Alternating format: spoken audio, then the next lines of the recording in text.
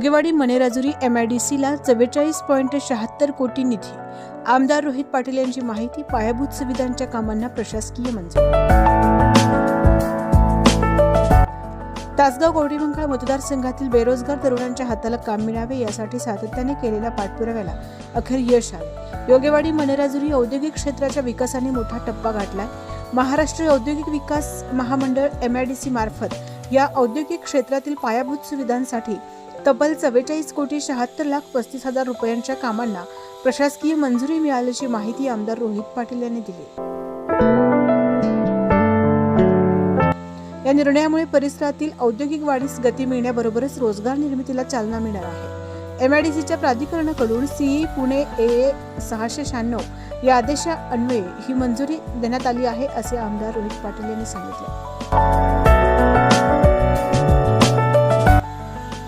या प्रकल्पाचा निव्वळ खर्च 38,92,47,000 रुपये इतका असून त्यामध्ये मूळ कामाचा खर्च 29,69,12,500 रुपये असा आहे।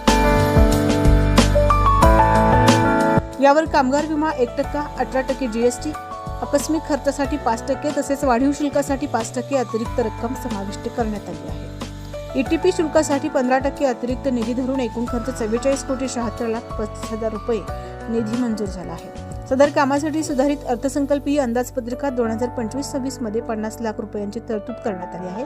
2026-27च्या अर्थसंकल्पात 14,50,00,000 रुपयांची तरतूद प्रस्तावित आहे। पुढील काळात टप्प्याटप्प्याने निधी उपलब्ध करून देत हे काम पूर्ण करण्यात येणार आहे।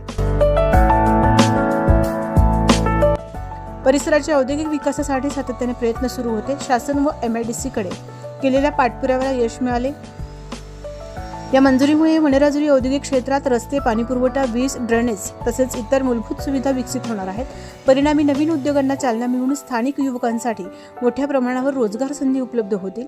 येत्या काळातही आणखी उद्योग या भागात आणण्यासाठी प्रयत्न सुरू ठेवणार असल्याची माहिती रोहित RR पाटील यांनी तासगाव कवठेमंकाळ मीडियाशी बोलताना दिली।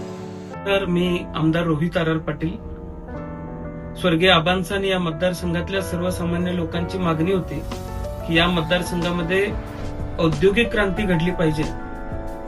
यासाठी आपण आबांच्या विचारांवरती काम करत असताना, वाटचाल करत असताना योगेवाडी व मनेराजुरी परिक्षेत्रामध्ये MIDC स्थापन केली। गेल्या वर्षी MIDC मंजूर झाल्यानंतर योगेवाडी परिक्षेत्रामध्ये पहिल्या टप्प्यामध्ये साधारण 18.5 कोटी रुपये आपण मंजूर केले आणि आज तिथे रस्त्यांची व इतर पायाभूत सुविधा निर्माण करण्याची कामं चालू आहेत। मला आपल्याला सर्वांना सांगताना आनंद होतोय की याच MIDCचा भाग असलेल्या मनेराजुरी परिक्षेत्रामध्ये दुसऱ्या टप्प्यामध्ये 44,75,00,000 रुपये मंजूर झालेले आहेत। या निधीच्या माध्यमातून मोठ्या प्रमाणात पायाभूत सुविधा निर्माण करण्याचं काम आपण सगळे मिळून करणार आहे आणि मला विश्वास आहे की येत्या काळामध्ये चांगल्या कंपन्या आणून तासगाव कवठेमंकाळ मतदारसंघामध्ये या मतदारसंघात असलेल्या ही MIDC संबंध महाराष्ट्रामध्ये एक वेगळं मॉडेल निर्माण करेल, हा विश्वास मला आपल्याला सर्वांना द्यायचा आहे। मी आदरणीय देवेंद्रजी फडणवीस साहेबांचं, उद्योग मंत्री उदयजी सामंत साहेबांचं आणि सर्व अधिकारी वर्गाचं मनापासून आभार मानेन की या परिसराला गती देण्याचं काम आमच्या मागणीनुसार, पाठपुराव्यानुसार आपण केलं, त्याबद्दल मी मनापासून आपल्या सर्वांचा आभार मानतो। धन्यवाद।